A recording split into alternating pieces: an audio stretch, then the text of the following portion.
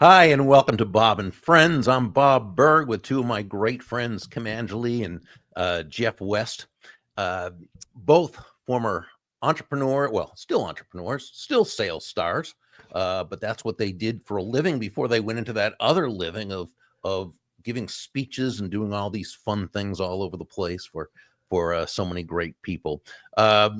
And in just a bit, we'll introduce a couple of our other great friends, but just a little bit about our Jeff and Kim. Both, again, top producing salespeople and entrepreneurs. Jeff for a well-known Fortune 500 company. I won't say the name, but it rhymes with Raflac and seems to walk like a duck. And let's see, he's also now with an award-winning author. He's since getting out of the insurance biz. He's written 3 books, authored and co-authored, and has 6 awards already. His first book was The Unexpected Tour Guide, which was just a wonderful look at sales, what it's really all about, and how to become a lot more better at it. And he's just a great guy. He has another book coming out later this year with Bill Cates. I got to read an early version. It is outstanding, and can't wait to take a deeper look at this on a future episode. He's also the creator of Fusion Points, a wonderful concept to help in your prospecting and in your sales conversations. I love Jeff saying, stop making sales presentations and have sales conversations. Kim Angeli, again, one-time major producer. She was a $65 million producer in technology sales and went on to have her own insurance business before selling that and going into the business of really showing companies and individuals how to revolutionize their retention and referrals. Now, she recently published her first book. It's called My Daily Gratitude Journal. Hearing all sorts of great things about that. It's so fun seeing that selling. And I love her saying, and that is, it's not your client's job to remember you. It's your job to be unforgettable.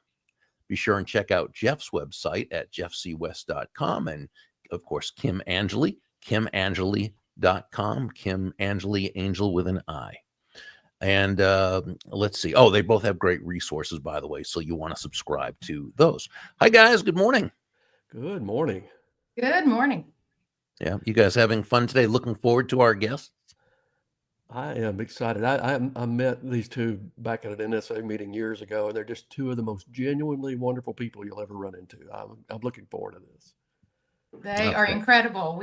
They spoke to our Go Giver speakers the other day, and I took like 8 pages of notes, signed up for all their resources, and learned a bunch of stuff that I implemented immediately. So grateful for them. Yeah. And so we're going to be talking about technology, which doesn't seem like any big deal because that's what everybody's talking about these days. But I got to tell you, these guys have a totally different spin on it and really do such a fantastic job. What I think is funny is being in sales for 40 years. I'm often asked, and it seems like every time something new comes along technologically, I'm asked, well, so do you think sales will ever be the same, or has it, changed? So we had, we had email, then we had social media, now we have AI technology, and I keep getting that same question. And first thing I tell people is we've always had technology.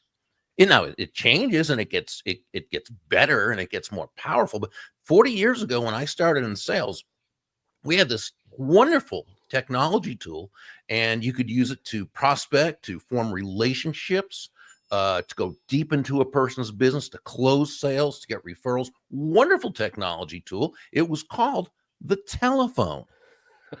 And it worked really, really well. Now, obviously, today's technology is so much more advanced, and it really puts us in a position to meet and connect with people we ordinarily wouldn't have. It's wonderful. The problem, I think, comes when people see the technology as an end in and of itself, as opposed to the means to an end, which is creating the relationships that result in new business and a better world and situation for everybody. And what I absolutely love about our special guest today is that this is exactly what they bring to the table. Terry Brock and Gina Carr, in any profession, would be called a power couple.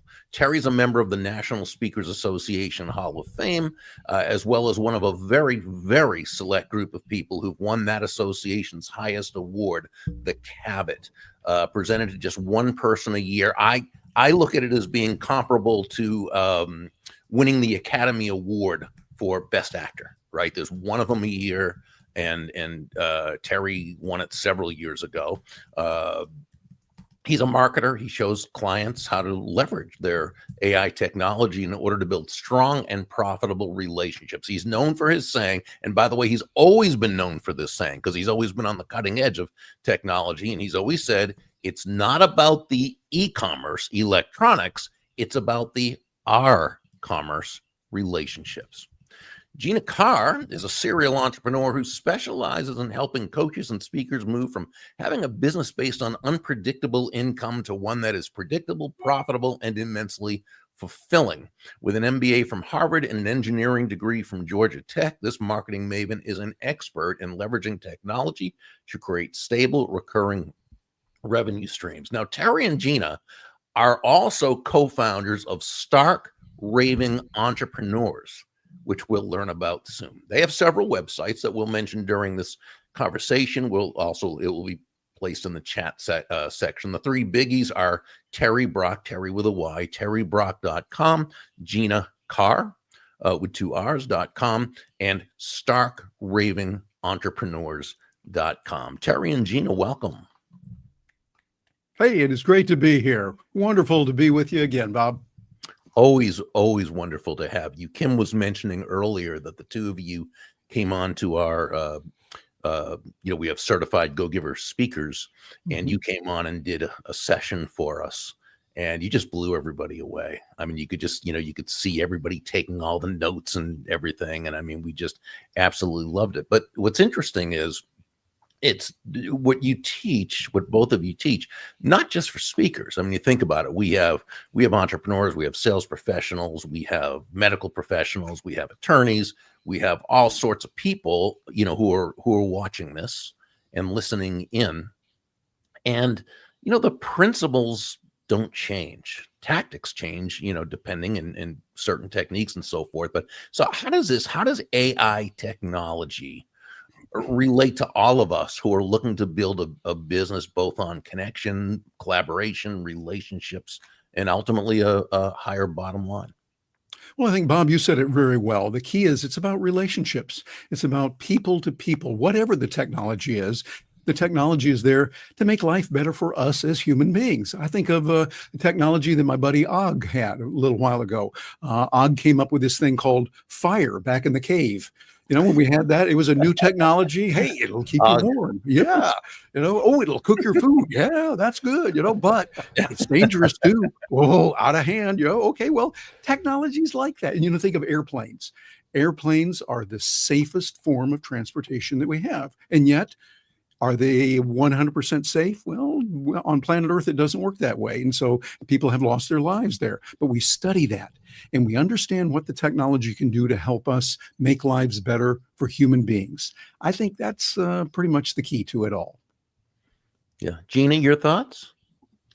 Well, I just concur with what Terry's saying, that the technology in so many ways makes our lives so much better. We take it for granted most of the time, which we take for granted that we have access to these amazing computers, to the internet, to social media, being able to communicate with friends across the globe free, effortlessly. I'm old enough to remember expensive long distance calls when you needed to make long distance calls to people. But as tech increases and improves, tools like the social media platforms, like the different ways to communicate in so many ways are here. And AI, I believe, is something we're going to take for granted as well. It's going to be like a co-pilot to attorneys, to doctors, to most every professional, everyone who's trying to do anything that has to do with generating thoughts, generating something in writing, and creating videos, creating audios and images. It's just amazing what it can do and so exciting.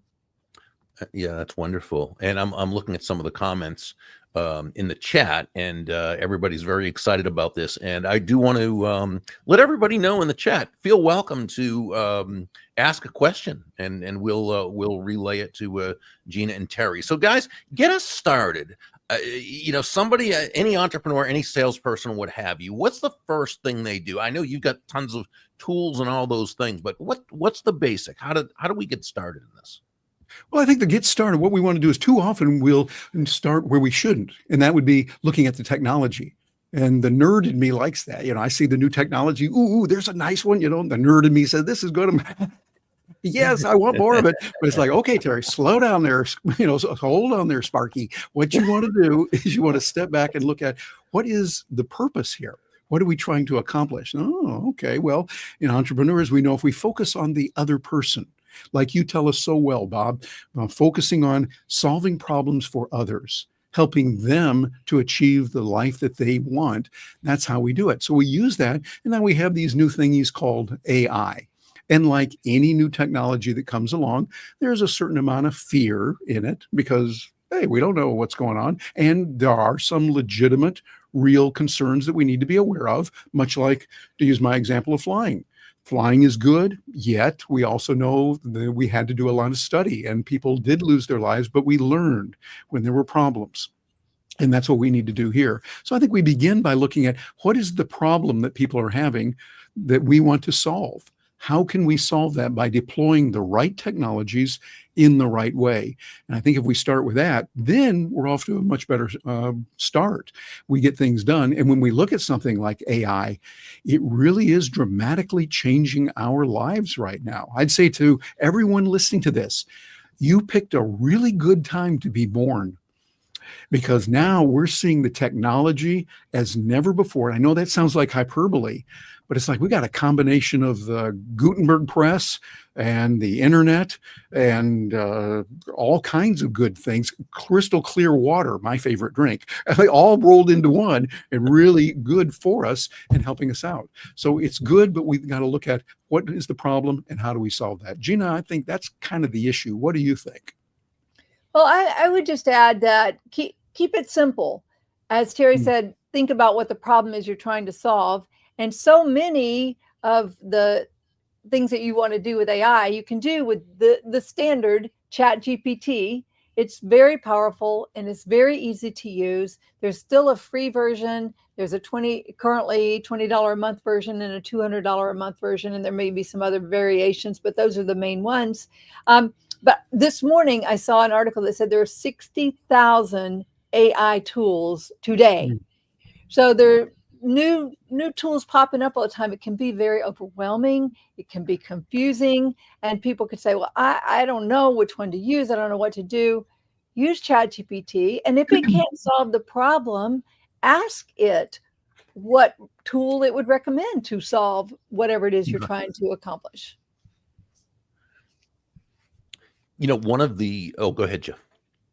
Well, I'm just thinking that is so applicable because the change has happened, at least for someone like me, the change seems to have happened where AI has become so prevalent pretty quickly. And as it keeps advancing even more as we go, I was joking with someone yesterday. I said, I'm totally convinced right now that the CRM tools are so advanced and AI is so advanced, I could literally just be thinking, I need to give Kim Angeli a call. And the next thing you know, Siri would be dialing the number and a Kim Angeli ad would pop up in my Facebook ad. I mean, it's that big. But as someone who maybe like me, who started in the old way, what kind of advice would you have for them to start embracing some of the tools like ChatGPT can really do some awesome things? And before the answer, a connection to that, Dr. Saeed asks, how do you overcome the challenge of so many options? So I think that ties right into what you just asked, Jeff. Yeah, exactly. There's so much out there that we can really get overwhelmed. We look at it and go, oh no, and yet there's another one out there. Matter of fact, Bob, since we started this, 5 new AI tools have just come out that are even better. They're great. And I mean, how are we going to keep up with it all? We get frazzled with it and all that. But I think the way we kind of do it is we got to take a look at what matters most. And we've got to look at where we're going to be and how to do it. I think Clay Shirky said something that was so profound about this. He said, the problem is not information overload. The problem is filter failure. And what uh, we need to do Ooh. is to have the right filters. So I would go back to Sajid's, I hope I'm pronouncing your name correctly there, question that is very, very good. How do you know it? Well, we've got to get good filters because, Bob, what would be right for you might not necessarily be right for me or for Gino or for whoever. But that doesn't mean it's good or bad. With Right. 60,000 of those tools, and I got a feeling that is a pretty close, accurate number, we can't do it all, but you can develop filters on what is it that I want to do. One of the things I really like about AI, where it goes beyond a lot of the other, matter of fact, I think all of the other technologies that we've seen, it has the ability to think and to reason with you. I'll put that in air quotes, but it gives you the ability to say, what do you think about this? And it can say this. And then I can come back as the jaded journalist that I am and say, yeah, but what about, and then it can come back in a conversation, say, you raise a good point, Terry, but this and this apply now. And what about this? It's like you're having a conversation with a person so you can think through how to solve a problem. It's more than just, what is the capital of Russia that we type into a Google search and up pops Moscow. Okay, good, we got it. Well, now it's more, what are they doing there? And what's the kind of food they like for lunch? And how do you say this in Russian? Matter of fact, one of the things it does, I'm working on my Spanish right now. Living here in Florida, it's a good idea to do that. And I've spoken in Mexico a few times, want to do even more. But I can say, how do you say such and such phrase in Spanish? And it will tell me, and then I practice it. And it will come back and say, that was good, Terry, but that last word, you say it more this way than that way. Whoa, that's a whole lot more than just the way many of us learn with audio cassette tapes, which we remember. Yeah, and they were really good. The technology was fabulous. And yet we would just hear, we wouldn't know if we were saying it wrong. Right. Now AI steps in there and goes, that was good, Terry, but you really need to say it this way. Try it again. And it has the patience to keep hanging in there with me for my 4,000 times that I might try to do it and finally get it right. So I wanted to ask you something about that I call AI counsel. But I want to make sure, I saw Kim taking a note. So I want to make sure, Kim, that I'm not stepping on you and that you didn't have a question or a comment you Oh, want. you're good. I just Okay. wrote down filter failure. Okay. So yeah. Oh yeah. That was great.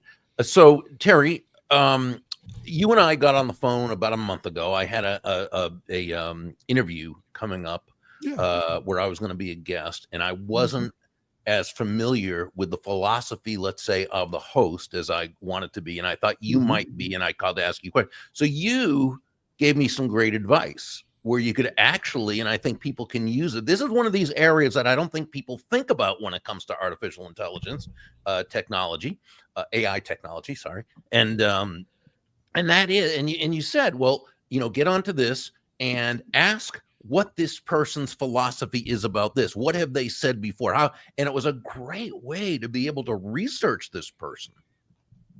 Yeah, it is. It's wonderful. And not everybody knows that, but there's a body of work. For instance, the person we were talking about is well known in a certain community. I've met the person, admire that person, and thought, oh, this is going to be good. And you had questions about it. Well, I say, because he has a body of work that is public, we can go and say, what does this person think about this issue or that issue? What has she said about this? What has he said about that? Learn those kind of things, similar to what we can do as a professional speaker. It's good to know what people are concerned about in the audience where you're speaking. And in the political area, sometimes that can be kind of hot. One of the things I loved doing in the last election was, like anyone, I have opinions of what should be done, shouldn't be done, etc. But I took a particular issue that was kind of hot. Here's the issue. And I say, okay, now I believe this, this, and this over here on this side, A, B, and C. Tell me, what do people who are on the other side of that believe? Oh, they believe D, E, and F. Okay, tell me, why do they believe that?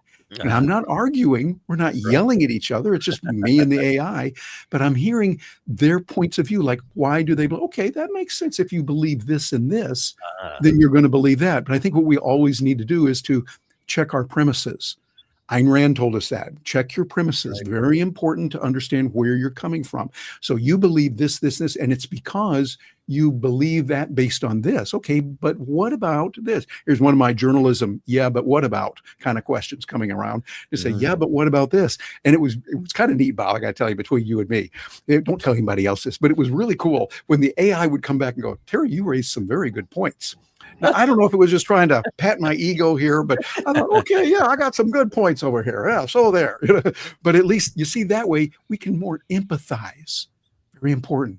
Empathize and feel things from the other person's point of view. So we can say, I understand you're saying because of this, and you raise some legitimate concerns.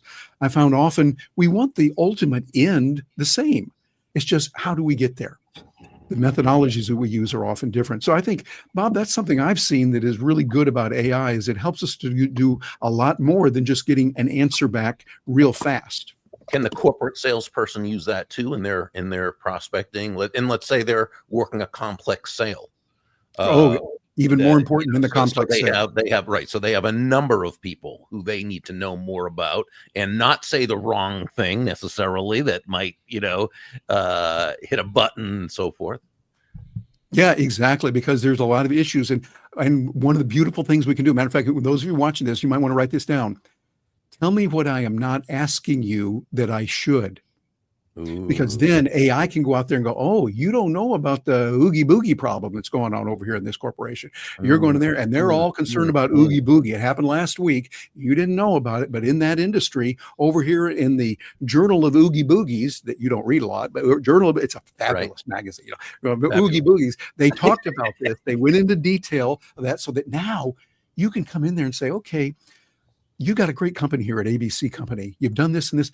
I understand now you got this Oogie Boogie issue. And they're going, how did she know about that?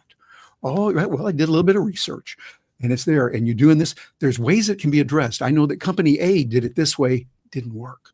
Company B tried that. It was close, but company C implemented it with these things and it worked. Maybe we can try that here with you now. So now they're going, whoa. This one, she's really smart. She can help us on these areas. Maybe we really ought to bring her on board, or at least go to the next interview. This is gold. Yeah, this is taking notes, because what you just gave was pure gold right there. Well, thank you. Absolutely.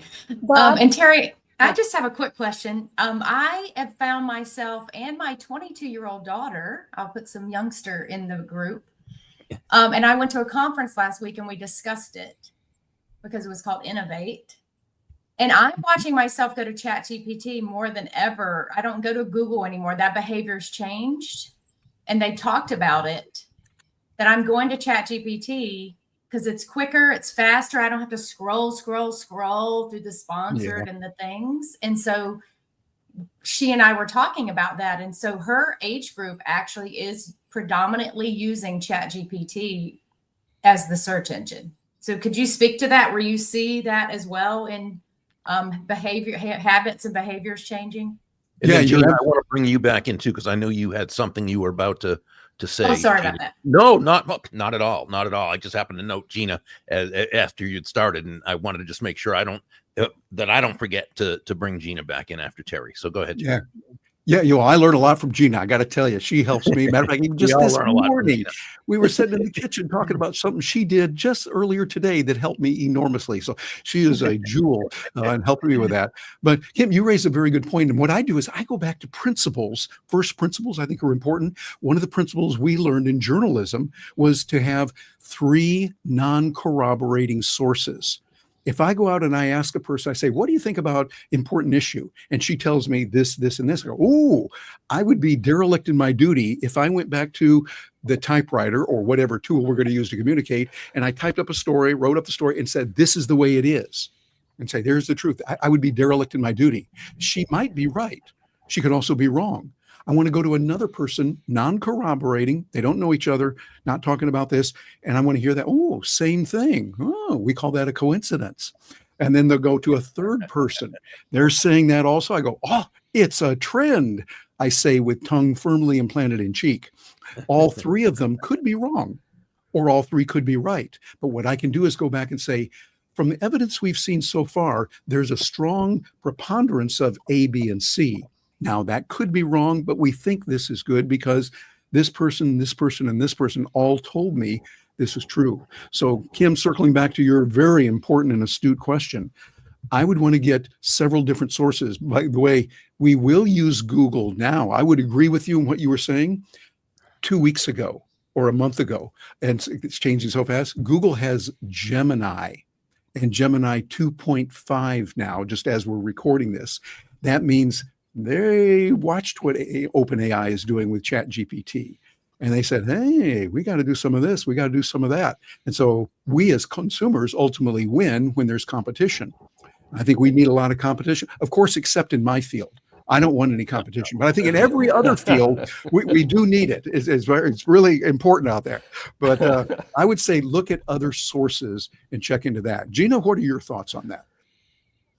Well, going back to the browser issue specifically, for many months now, I have had as my default browser, I changed it from Google to ChatGPT. And in almost every circumstance, it works far better than Google. And so a lot of people are doing this. I think Terry has his default search engine set at a tool called Perplexity. Mm-hmm. And so that's another great LLM that will work for you. And I got to tell you, for you guys who have been focused on search engine optimization for many years, and you've put out a lot of YouTube videos and you've done all these traditional things that you needed to do to master and be on the first page of Google, it can be very different what you're going to need to do for to be on the top of the Chat GPTs or the AI searches. So nowadays we're saying search, it means search everywhere optimization, not just search engine optimization, SEO. I call it AEIOU, MOUSE, because you really have to focus on the AI search. So, for example, we work with a lot of thought leaders, and a lot of thought leaders have focused on getting their YouTube videos into place, and that makes them show up great on Google. Yes, absolutely. Well, I've been doing some research recently for some of our clients, and the folks who are showing up tops on the AI and the Perplexity searches are the ones who have a Wikipedia page, and the ones who are listed with bureaus that are very renowned, some of the big speakers bureaus that are out there. So it'd be a good idea, no matter what your business, some of our other clients that are not speakers, same thing. They are not showing up the way they were on Google. So you need to do the research. And if you're not showing up in the initial search, ask ChatGPT how you can do that. Say, why wasn't my business? Why wasn't I shown here? What can I do to change that? And it may be a very long-term process, such as getting a Wikipedia page. It can take years. And I mean, it can be done very quickly, but it won't necessarily stay up there. So you have to have the appropriate press. You have to have had a lot of coverage in major media to get a Wikipedia page. And so that's just one of those things that people need to be thinking about with browser search. Oh, thank you. Love it. Want to ask a question, something that people. Oh, actually, before I do, because it's 28 past the hour, we've got a while to go, but I do want to make sure that you know Terry's URL, terrybrock.com, TERRY Brock.com, Gina Carr with 2 R's.com. They also have a great site. We're going to be talking about this in a little bit as well, called Stark Raving Entrepreneurs, that you want to check out. And I believe join. I mean, it's really that good. And they have a number of other resources. They're also going to be having an event on Thursday that we'll talk about at the end as well, that you want to join. So Terry, first, one of the fears people have is, okay, well, I'm a content creator, but now it's just anybody can create content. They just have to go into AI and create the content. And you know what distinguishes me? And I read an article of yours the other day. You posted about repurposing content, and you quoted the famed martial artist and actor Bruce Lee, who said, make it specifically your own. Now, he was talking, of course, about martial arts. You call it UIzing. That was your word. I want to put a little TM trademark over that because I thought that was really cool. Now, again, he's speaking in terms of self-defense, but how do you relate this UIzing to AI and content creation? So someone who is a person who wants to be a thought leader, wants to have content, wants to have content that's going to draw people toward them. How do they distinguish themselves in an AI world, and also distinguish themselves even in terms of their own pre-used content? Well, Bob, you hit on a very important topic. This is something that content creators, those of us who work with YouTube, podcasting, writing, we're concerned about. We see what's there. And you're right. It is something that is a concern. I like the way that Bruce Lee said, I love to read from a variety of sources. And when I see a quote I like, I go, oh, hey, we can use that. What Bruce Lee was talking about is you give it your own flavor, your own style in martial arts that he taught about. What he did and how he did it, he would take it and perfect it. He would say, you do it over and over. I grew up in martial arts myself. I worked my way through high school and undergrad school teaching Kodokan Judo. And I remember we'd had an instructor who would tell third degree black belt from Tokyo, and Toyoji Matsumoto-san. He was a wonderful man. And he would show us a new tool, a new throw or arm bar or something like that. And we would have to practice it over and over. And he would tell us, I'll never forget this, you must do it 1,000 times until it becomes natural. Then do it another 1,000. And I thought, yeah, that makes sense. We've got to practice it. And so what we want to do in AI is not do what some well-meaning people we see as I'm reading and looking at YouTube and what they're saying. They're saying, all you got to do is go over here, copy this and paste it in there, and you're done. You've got it. And I think, no, not really, because that's not you. You're not putting yourself into there. You're not you-izing it as you should. What I would modify that, I would say you want to copy, paste, and then customize. Like this morning, I was writing my regular post that I send out on Tuesday, Thursday, Saturday. I wrote the one today. What I do is I start with a brain dump from what I'm thinking, is whatever's bouncing around my little noggin, and dump it into Google Docs. Thoughts that I have, quotes that are here and there. Oh, this is a good idea. Oh, I thought about this. And I just dump it in there. Don't worry about organizing it. Don't worry about spelling or any of that. Just dump it in there. And I'll use Google Dictation because I can talk faster than I can type. And so I want to get the brain down, all the thoughts down there, rather than typing away and go, oh, I made a mistake there. Oh, hold it. Let me try that. Oh, I made another mistake. Hold it here. Now I'm focusing on my mistakes, not just talking it out there. So dump it in there, go for that. Then I go through, that's what I like to call my doggy draft. It's the rough draft. Get it? Doggy draft. That sounds funny to me, but so work with me on this. Come on. So anyway, I put it in there, it's the rough draft. Then I go back over it again and I'm checking it, making sure, let me change that word. That's not a good idea. Delete that. Oh, wait a minute. In addition to that, talk something else in there. Then I take it into AI. And there I let AI go over it, checking spelling, checking grammar, checking other little things that are not going right. Sometimes I had a problem with Google Docs. It would always, when I would talk about AI, it would put it in lowercase a, lowercase I. Now I can go back and correct that, of course, but that's taking time.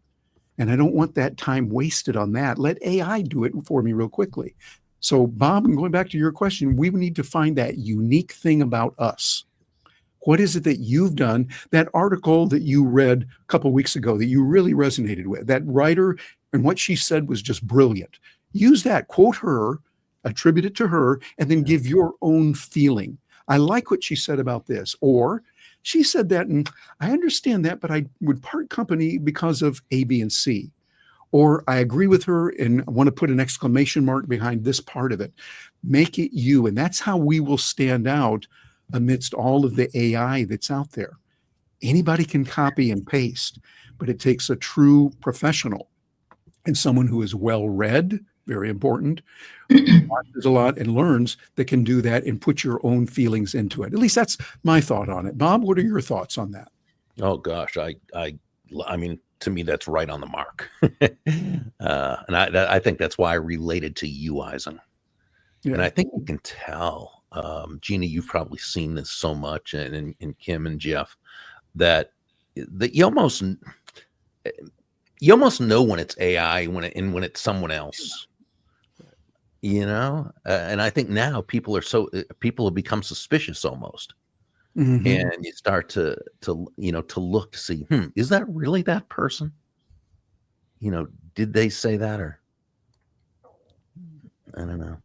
Yeah, I think that's the key. What we have to do is we have to, I say you-ize it, and I'll even make it further. I say you would have to, Bob, in your case, you would want to Bob-ize How it. about it? Yeah. Jeff, you want to Jeff-ize it. Kim, you want to Kim-ize it. I like to Terry-ize it. It just sounds kind of Yeah. cool that way. Terry-ize it in there, but we've got to put our own feeling in there. And Gina likes to Gina-ize it, and she does a really good job of it too. Yeah. I love the Terry eyes. So you're a Terryist. A Terry-izer. Yeah. Yeah, we don't go with the Terriers. That's the other gear. We don't, but the Terry-izer. The other NSA would have a problem with that. So Yeah, that's right. They would. Good one, Jeff. So speaking of philosophies, which we weren't, but I thought it made a good segue anyway. It sounds Um, segueable. It does. Is that a word? So- I don't. Nah, probably not. That's a Bob thing. It is now. Terry and Gina, you guys have a membership site that's really based on a philosophy. It's called Stark Raving Entrepreneurs. And the overarching philosophy, the bedrock foundation, if you will, is live and let live.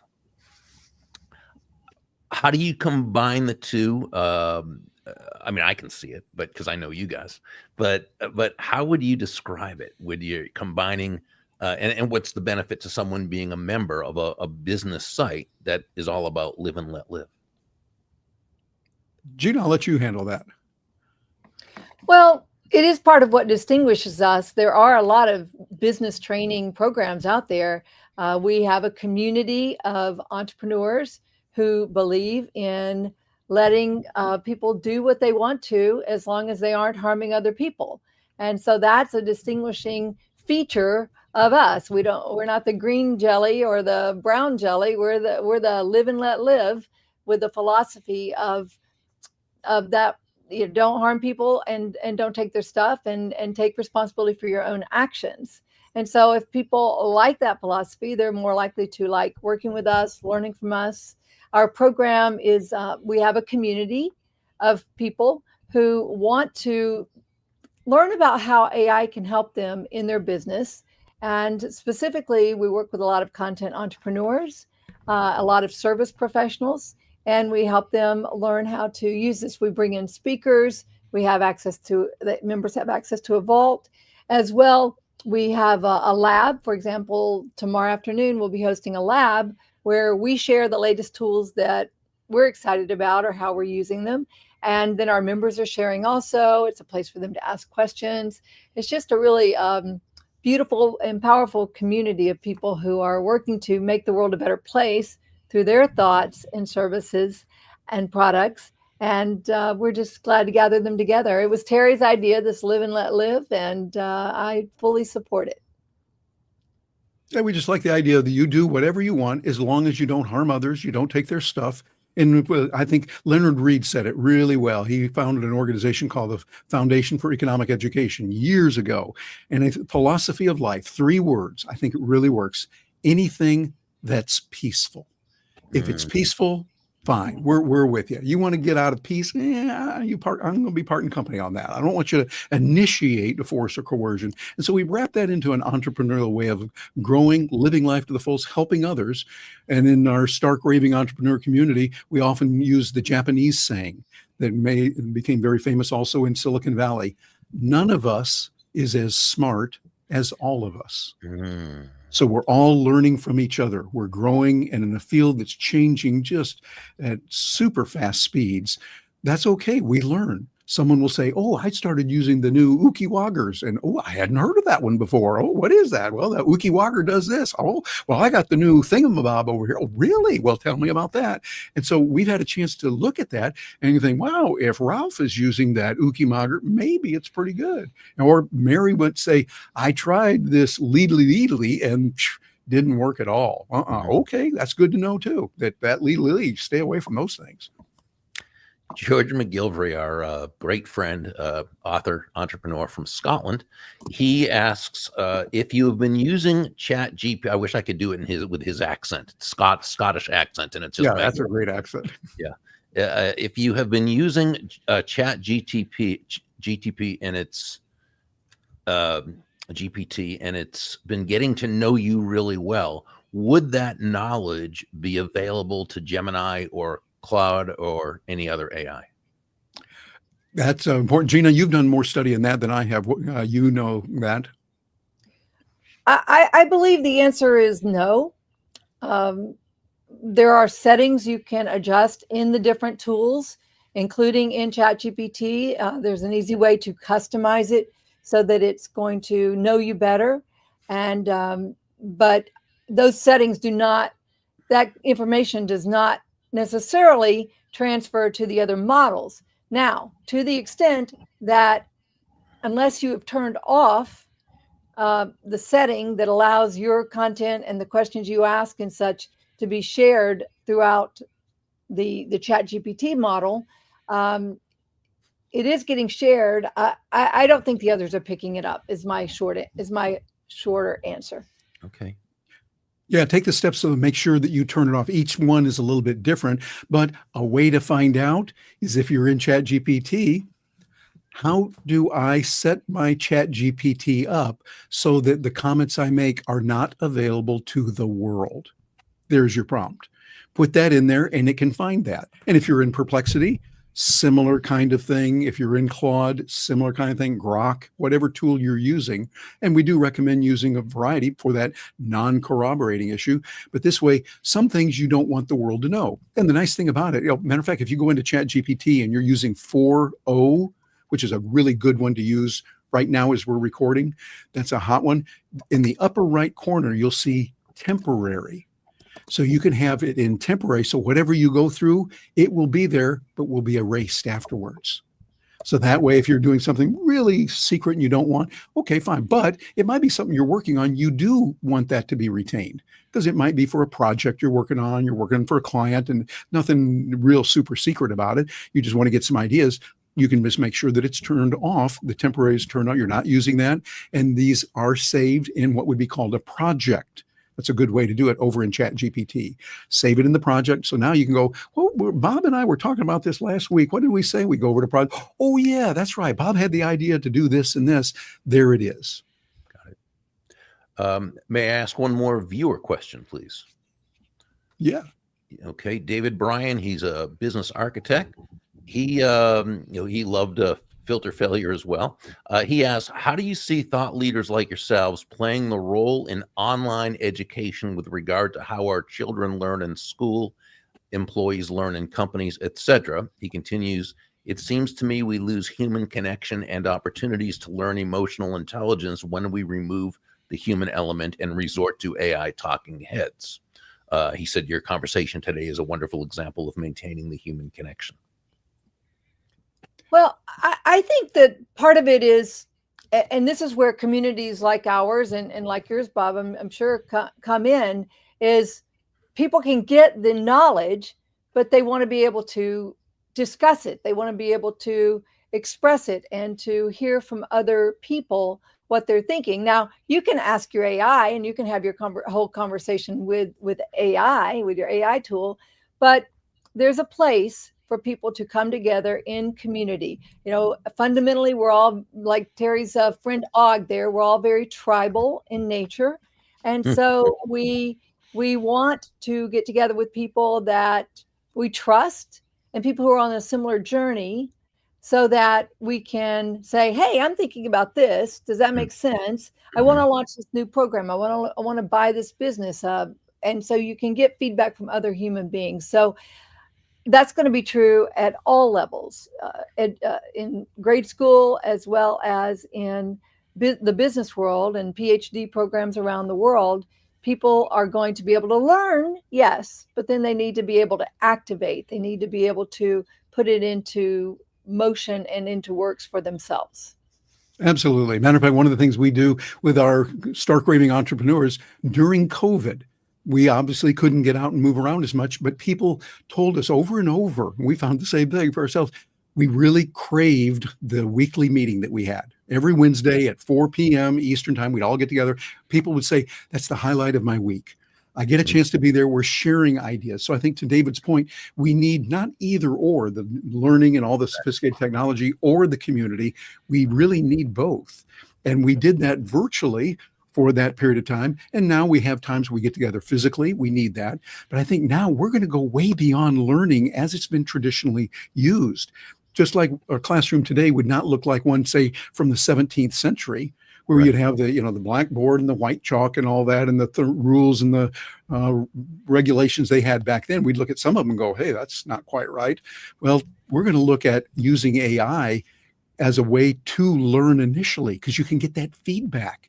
You've got a teaching ability for young children as well as children of all ages, 24/7. The very best tutors anywhere in the world that are alive now or no longer with us. You can bring in the wisdom of that and then go over it repetitiously. We know that repetition is the mother of learning. Повторение мать учения. I remember studying Russian to that. That's what that means. Repetition is the mother of learning. And so we can have that happen with AI for children of all ages, so we can learn. So I know sometimes my little noggin's just not that good, and I've got to go over it and over it many times. Well, you can do that as much as you want. And so that's where it's not either or. It's both and develop that community virtually. And when you can have the physical component, that's also really important. We know we like to have that and keep that going. Well, you both have a free workshop coming up this Thursday, March 29th at 2 Eastern time on how to convert content into cash. People will learn about the value in repurposing content that's already been created, such as videos, podcasts, blogs, and more. And then they'll then share you all will share the various tools that can make it much easier and faster. The link is content to the number 2 cash.com. So content numeral 2 cash.com. Again, the event is free when you register there. Do you want to give us a little 411 on this, more than what I said? We're dealing with repurposing, which means once you write an article, that's good. And too often in the past, I would write an article for papers or a client or whatever I do, and then that was it. And then the next week, you're staring at that blank screen or blank piece of paper when we use typewriters and wondering, okay, what should I write about this time? Well, now you can repurpose, which means take that article that was really good. People liked it. They said so. And you found a lot of good response to it, and pull out pieces of it and amplify that. Or take the written article, make it a video by adding a few extra features in there, or make it an audio only podcast. That's a possibility as well. Plus, you can get pictures with it. There's a bunch of tools that give you that ability to do that, and then it can repurpose it. One of the things, we're using a tool called Taja. And matter of fact, Bob, this happened just yesterday. We took the long form content. Gina and I were covering a particular thing. Taja went in there and said, oh, of all this, people are really looking for what this said. Matter of fact, it was what Gina was saying for about 45, 55 seconds. It pulled that out, made it a special video, and we're already over, I think, 422 views on just that one. This was yesterday. Wow. Because the AI found out what Gina said is what literally hundreds of thousands of people are talking about and want to know about. So it said, we'll pull this out, put it in there, tell the world about it. And we're having more and more all the time coming and listening to the genius that Gina said on just that one little clip. We're putting others in there. It's great. Oh, then, and by the way, the real good thing, they employ the Costco method. At least it's what I call Costco. In Costco, you go to there and they have these wonderful people at the end of the aisle. They're serving wonderful, delicious foods and things. They go, here, you want to try one of these? What is that? I don't know. Let me try. Whoa, that's really good. What's that called again? May I have another one? Yeah. Okay, try one more. And it's on sale. If I get 2 of them, buy 2, I get 1 free. Well, here's my cart. Let's load them up. I win because I get some. Costco wins. They're getting more sales. The people who created it win. Everyone wins. And so with these videos, when it says go back and see the whole video, people said, oh, I like that little snippet of what Gina said. I want to now go back and watch the whole thing. That's where repurposing really comes in and shines. Okay, so the content to cash.com, the 2 is a numeral. So content numeral 2 cash.com. And be sure to visit Gina and Terry's individual sites. Terry is terrybrock.com. Gina is ginacarr.com, and especially their Stark Raving Entrepreneurs site, which is starkravingentrepreneurs.com. How can you not love that name? I just absolutely love that name. Gina and Terry. Edgy. Yeah. Thank you guys both, Terry and Gina. We're going to visit back with you in just a couple minutes, but just thank you so much for being on with us. You guys are just totally awesome. You do it every time. Oh, well, thank you, Jeff and Kim and Bob. We really appreciate it. Bob, thank you particularly. You're my buddy. We've known each other for a long time. Those of you that might not know Bob, he's great. He really is like this one-on-one. He helps people. And Bob, just from the bottom of our hearts, we appreciate you. And thank you very much for all that you do to keep our world going in a better way.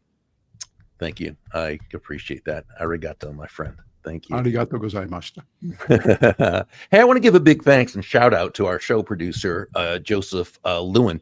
He is founder of Sell Through Social. He does a great job. He helps speakers and coaches grow their influence through live shows on LinkedIn and YouTube. He's very easy to work with. He's always learning. He's always there for us. Just a great guy. And of course, Jeff and Kim, my two cohorts in our SalesWise Live, and we do a lot of things together.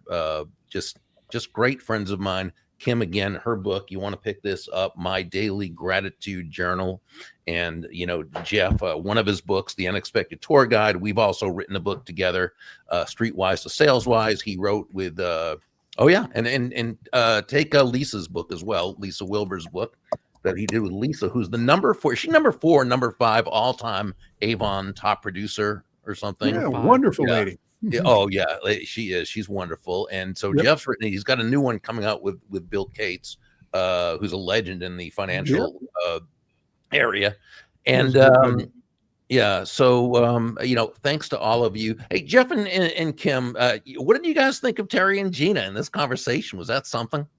Just amazing. That you two always are just you have so much knowledge, and you're always willing to share. We appreciate you so much. Well, thank you very much. I still took notes. I know I could hear. I'm like writing things down. So I will be joining you on your call and checking out your membership, because I learned something every time I'm around both of you. Well, thank you very much. We appreciate that. I often talk about, and then we'll get going. But Jeff came up with, after he retired from his very distinguished career with Raflac,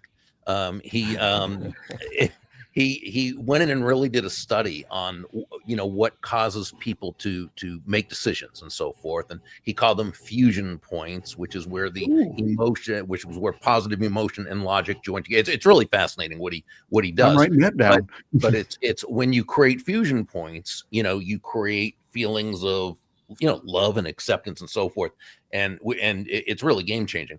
But Kim Angeli, I always say, when I describe Kim Angeli, I can describe her in one sentence. Kim Angeli is a walking fusion point, because you can't meet Kim Angeli without absolutely falling in love with her, and just and she speaks on gratitude, and she lives it, and it's wonderful. So I just want to thank all 4 of you, 4 of my best buddies, really. So when we say Bob and friends, wow, is it literally in this case. So thank you. And thank you, everybody, for joining us. I hope you enjoyed yourself, learned a lot. We'll continue to connect with Terry and Gina, and just make it a great day. We'll see you again in a couple of weeks. We will have Arlen Sorensen with us. Arlen's story was actually featured in Go Givers Sell More, John David Mann's and my second book in the Go Giver series. And he is an absolutely phenomenal human being, and just wise beyond years, and is just nice a human being as he is wise. So we'll see you then. We'll see you in a couple of weeks. So long, everybody. Thank you. Bye-bye.